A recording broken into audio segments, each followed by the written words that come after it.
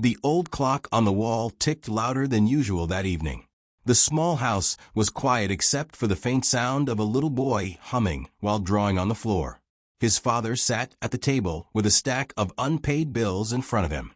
He rubbed his tired eyes, knowing that no matter how many extra shifts he took at the factory, the money never seemed enough. Raising a child alone wasn't easy. Since his wife passed away, every day felt like a battle, cooking, working, cleaning, and still trying to be strong for the boy who looked at him as if he were the whole world. The boy looked up and asked softly, "Dad, are we going to be okay?" The father forced a small smile, patting his son's head. "Of course we'll be fine," he whispered, though deep inside, worry weighed heavy on his heart. That night, after putting his son to bed, he sat back at the table, staring at the empty spare room across the hall. For months, the room had stayed locked untouched. But now, with bills piling up, he realized he had no choice. Renting it out could help cover the expenses, at least for a while. It wasn't easy opening his home to a stranger, but he told himself he had to be practical. The next morning, he put up a small note at the college nearby, offering a room for rent. He didn't expect much. By evening, when he returned from work, there was already a knock at the door. He opened it to find a young girl standing there. She looked no older than 19 or 20, dressed in plain clothes, holding a small bag. Her eyes didn't meet his right away. She kept looking down, as if afraid to be seen. "I came about the room," she said quietly, her voice almost a whisper. The father studied her for a moment. She looked fragile, like someone who had been through more than she cared to say. For a second, he wondered if she was safe, if she had family nearby. But something about her silence told him not to ask too much. Instead, he stepped aside and nodded. "Come in, I'll show you." The girl walked slowly into the house, glancing around as though she wasn't used to such a modest place. The boy peeked from behind the table, curious about the stranger. She offered him a small, shy smile, and he quickly ducked his head back, hiding. The father opened the door to the spare room. It was simple, just a bed, a desk, and a small window looking out onto the street. "It's not much," he said honestly, "but it's quiet and safe." The girl's eyes softened at the word safe. She stepped inside, ran her hand across the desk, and nodded. "It's perfect," she whispered. He cleared his throat, unsure what to say next. He told her the rent amount, half expecting her to say it was too high. But she agreed without hesitation. No bargaining, no questions. She simply opened her bag, pulled out a small envelope, and handed him the first month's rent in cash. The father hesitated, surprised. She seemed so young, so quiet, yet she carried herself with a strange mix of fear and dignity. He wanted to ask where she came from, why she needed to rent a room when she should be living in a dormitory or with family. But her guarded expression stopped him. "All right then," he said finally, "you can move in tonight if you'd like." She nodded, whispering a thank you before returning to the door to fetch her small suitcase. That was all she had, just one old suitcase, a bag, and the clothes she wore. No decorations, no photos, no personal items. The father found it unusual, but he kept his thoughts to himself. Later that night, after dinner, the boy peeked into her room. She sat on the bed, quietly reading a book under the dim light. He asked shyly, "Do you like it here?" She looked at him, startled at first, then nodded slowly. "Yes," she said. "It feels different." The boy grinned and told her, "My dad makes the best pancakes in the world. You should try them tomorrow." She gave the smallest laugh, soft and almost hidden, but it was the first real sound of joy he had heard from her. The father, standing just outside the door, caught that sound. It made him wonder again. Who was this girl really? As the night grew quiet, he lay awake in his own bed, staring at the ceiling. He thought about her eyes, deep, sad, carrying secrets. He didn't know why she chose his small house, why she wanted to live so quietly. But one thing was clear. She was running from something. Still, he told himself it wasn't his business. All he needed was the rent money to keep a roof over his boy's head. Whatever the girl's story was, it wasn't his concern. Yet deep down, he felt something different. Like her arrival had just opened the first page of a story he hadn't expected to live. And as the wind brushed softly against the window that night, neither the single father nor the silent girl knew how much their lives were about to change. The days that followed were quiet, almost too quiet. The girl kept mostly to herself, slipping out early in the morning for her classes and returning late in the afternoon. She moved through the house gently, as though she was afraid of disturbing anyone. The father noticed she never turned on the television, never played music, never had friends visit. She lived as if she were a shadow in their home. At first, the father didn't mind. In fact, he thought it was easier this way. He didn't want any complications, just someone who paid rent on time and caused no trouble. But after a week, he began to wonder about her silence. His boy noticed it too. One evening, while the father was cooking dinner, the boy sat at the table, swinging his legs. "Dad," he whispered, "why doesn't she ever talk? She doesn't laugh either." The father glanced at the girl's closed door. He had no answer. "Maybe she's just shy," he said, though even he didn't fully believe that. Later that night, when he passed her room, he heard faint sobs. The sound was so soft it was almost swallowed by the hum of the refrigerator. He paused outside her door, his hand halfway raised to knock. But something told him not to. Whatever she was carrying, she clearly didn't want to share it. With a heavy sigh, he walked away, reminding himself again that her life wasn't his concern. But children see things adults overlook. The boy, with his simple kindness, began to chip away at her walls. The first time was small. He offered her one of his toy cars when she sat down at the table for breakfast. She looked surprised, as if no one had ever handed her something without expecting anything in return. She held the car awkwardly, then placed it back in his hand, whispering, "Thank you." Another day, he asked her for help with his homework. At first, she shook her head, saying she was busy. But when he insisted, she sighed softly and sat down next to him. To the father's surprise, the boy finished his work faster than ever. That night, the little one bragged, "She's really smart, Dad. Smarter than anyone in my class." The girl lowered her gaze, embarrassed by the praise. But in that moment, the father saw something change in her, just a flicker of warmth. Over time, she started joining them at the dinner table, though she rarely spoke.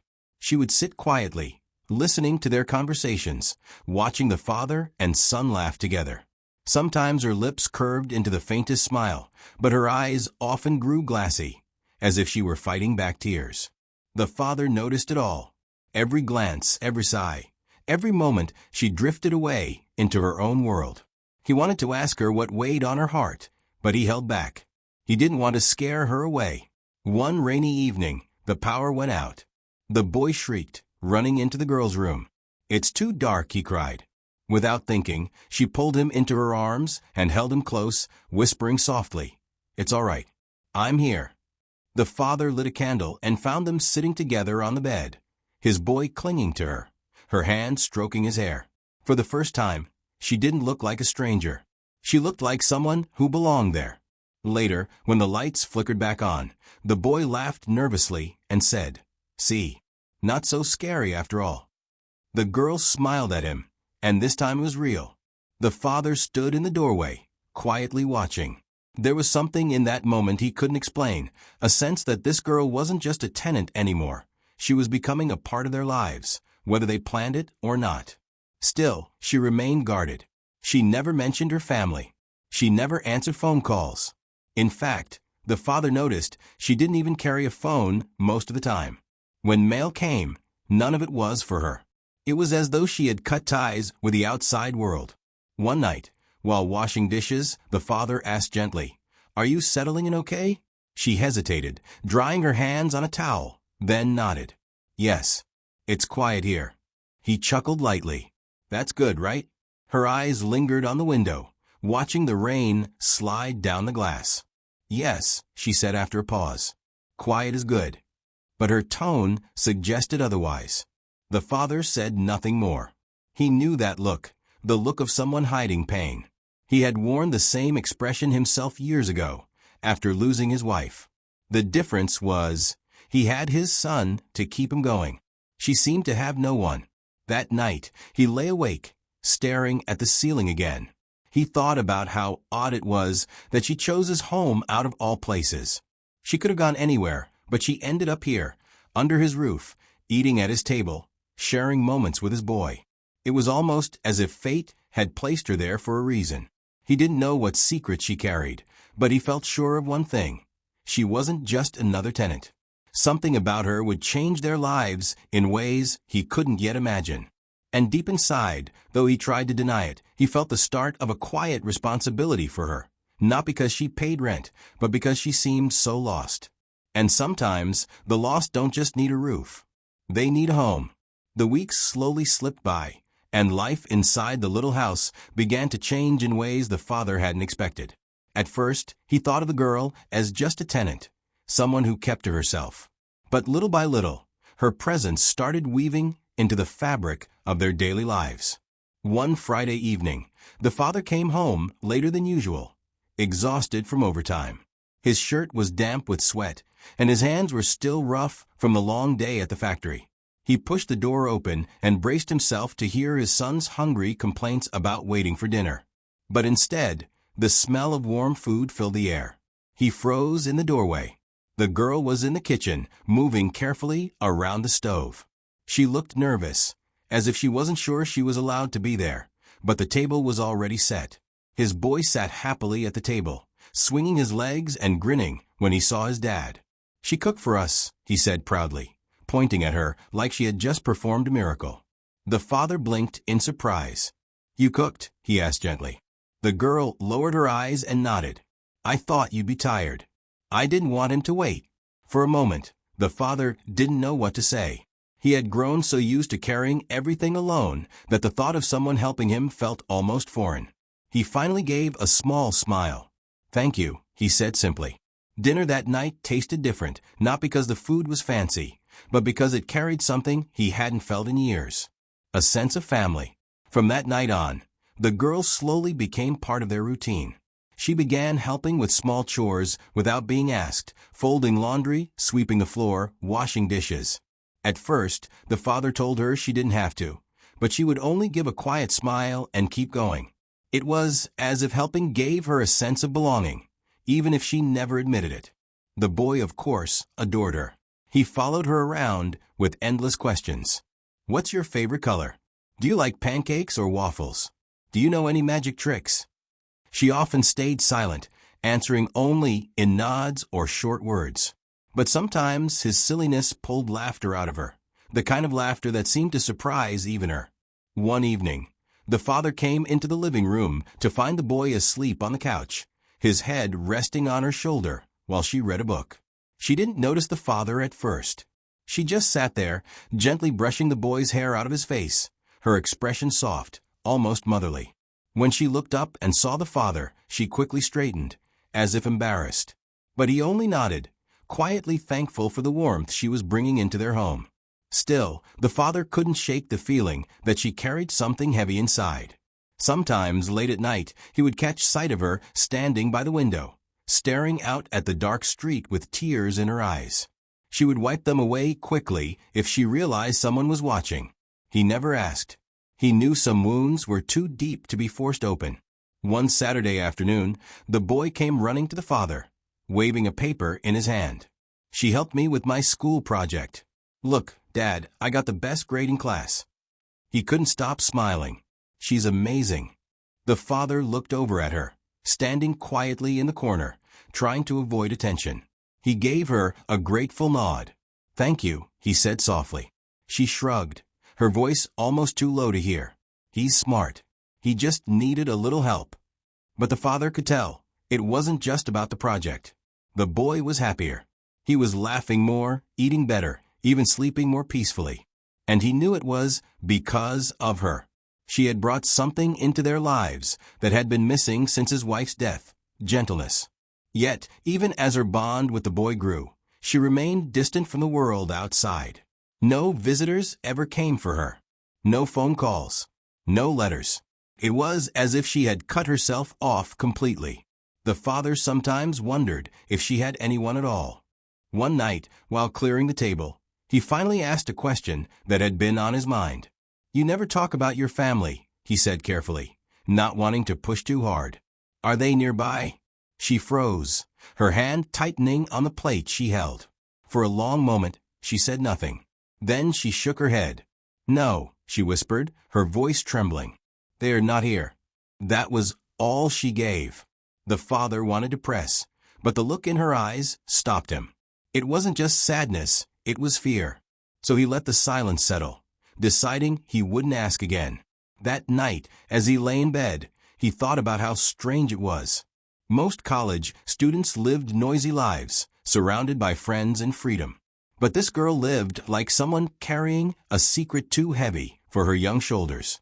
And for reasons he didn't yet understand, she had chosen to carry it under his roof. Whatever the truth was, he sensed it was only a matter of time before it revealed itself. And when it did, he knew nothing in their simple little home would ever be the same again. It happened on an ordinary morning, the kind where nothing seemed unusual. The father had just returned from a long shift, his eyes heavy with exhaustion, when he heard a faint knock on the girl's door. He pushed it open slightly and found her sitting on the edge of her bed, pale and shivering. "Are you all right?" he asked, concern lacing his voice. She tried to shake her head, insisting, "I'm fine," but her voice was weak, almost breaking. A moment later, she swayed, and the father rushed forward just in time to catch her before she collapsed. Fear gripped him. She was burning with fever. Without a second thought, he scooped her into his arms, calling for his boy to grab his jacket. "We're going to the hospital," he said firmly. The boy's eyes widened, worried, but he obeyed quickly. Together they rushed through the rain-slick streets until they reached the nearest hospital. The father carried her inside, calling for help. Nurses hurried forward with a stretcher, lifting her gently. As they wheeled her away, a nurse asked for her full name to begin the paperwork. The girl, barely conscious, whispered something under her breath. The moment the nurse heard it, her eyes widened in shock. She glanced at the father, then back at the chart, as if she couldn't believe what she'd just heard. Within minutes, the staff seemed to move differently. Suddenly, a private room was arranged. Doctors came quickly, their tone sharper, more careful. The father stood by, confused, wondering why a sick college girl was suddenly being treated like someone important. Finally, while the boy sat quietly in the waiting area, the father overheard two nurses whispering nearby. "That's her," one said softly. "The daughter of one of the richest men in the country.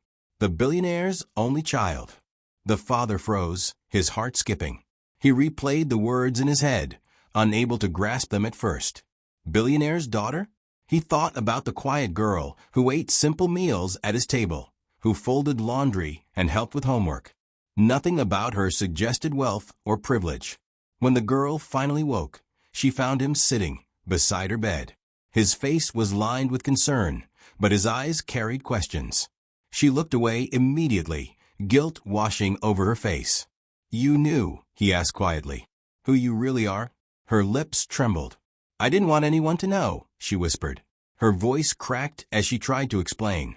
"Everyone sees me as money, as a name, not as me." Tears filled her eyes. "I just wanted to live like a normal person, to breathe without cameras following me, without people using me for who my father is." The father leaned back, struggling to process it all. He wasn't angry, but stunned. "So you ran away?" She nodded. "Yes. I couldn't take it anymore. I wanted to see what it was like to live without people bowing down or calculating what they could gain from me. I thought if I stayed quiet, if I lived simply, maybe I could finally feel real." The father sat silently for a moment. He thought of the nights he had seen her crying by the window, the way she flinched when anyone mentioned family, the way she hid her life so carefully. It all made sense now. "I never wanted to lie to you," she added softly, her eyes pleading. "But I didn't know how else to be accepted." For a long time, the room was quiet except for the steady beeping of the heart monitor.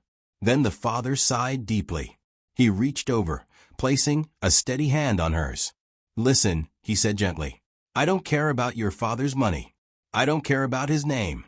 What I care about is the girl who helped my son with his schoolwork. The girl who cooked dinner when I was too tired. That's who you are here. And that's enough."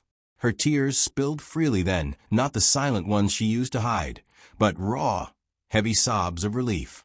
It was the first time in years someone had looked at her and not seen her family's fortune. The boy, who had been waiting outside, peeked in. When he saw her crying, he rushed forward and hugged her tightly. "Don't cry," he said innocently. "You're like family now." She clung to him, her shoulders shaking. The father stood quietly, watching the scene unfold, realizing just how deep her loneliness had been. That night, as they returned home from the hospital, everything felt different. The secret was out. He now knew who she really was. But strangely, it didn't change the way he saw her. In fact, it made him more protective. Because behind the title of Billionaire's daughter was just a scared, fragile young woman longing to be loved for who she was, not what she represented. And though the outside world might see her as untouchable, inside his small house, she was simply the quiet girl who had become a part of their family. Life after the hospital visit was never quite the same, though in many ways it grew richer. The truth about who she was lingered in the father's mind, but he never brought it up again. She had given her secret, and he had promised, without words but through his actions, that it would never change how he treated her. In the evenings, when the boy did his homework at the kitchen table, she sat beside him, guiding his pencil with patience. The father often watched them from across the room, sipping his tea, a quiet smile spreading on his face. For so long, the house had been filled only with routine and silence, but now it carried laughter, even on the hardest days. The girl, too, began to change. She no longer tiptoed around the house as though afraid of being noticed. She hummed softly while cooking, helped with chores without hesitation, and even teased the boy now and then when he made silly mistakes. She smiled more often, and her laughter, though still gentle, began to feel natural instead of rare. Yet there were moments when she would pause, staring out the window at the world beyond. The father could tell she sometimes thought of her old life, the mansion, the endless expectations, the cold distance of people who saw her only as wealth. But when she turned back toward the boy, or when she sat down at the table with them, the heaviness in her eyes would fade. Here, she was not a billionaire's daughter. She was simply part of a home. One Sunday morning, the boy woke them both early with excitement. "We should have pancakes," he announced proudly. The father chuckled, tying an apron around his waist. The girl joined them in the kitchen, laughing as the boy spilled flour all over the counter. They worked together. She whisked, he flipped. The boy supervised with more enthusiasm than skill. When they finally sat down to eat, the table was messy, the pancakes uneven, but the warmth in the room was undeniable. The father leaned back, looking at the two of them. He realized that this was what he had been missing for so long. Not just company, but a sense of family, of belonging. His son wasn't just being raised by a tired single parent anymore. He had someone else who cared. Someone who had chosen to stay despite carrying a world of her own burdens. That evening, as they sat outside watching the sun dip below the horizon, the girl spoke softly. "Thank you," she said, her voice barely above a whisper. The father turned to her, puzzled. "For what?" "For letting me stay," she replied, her eyes glistening.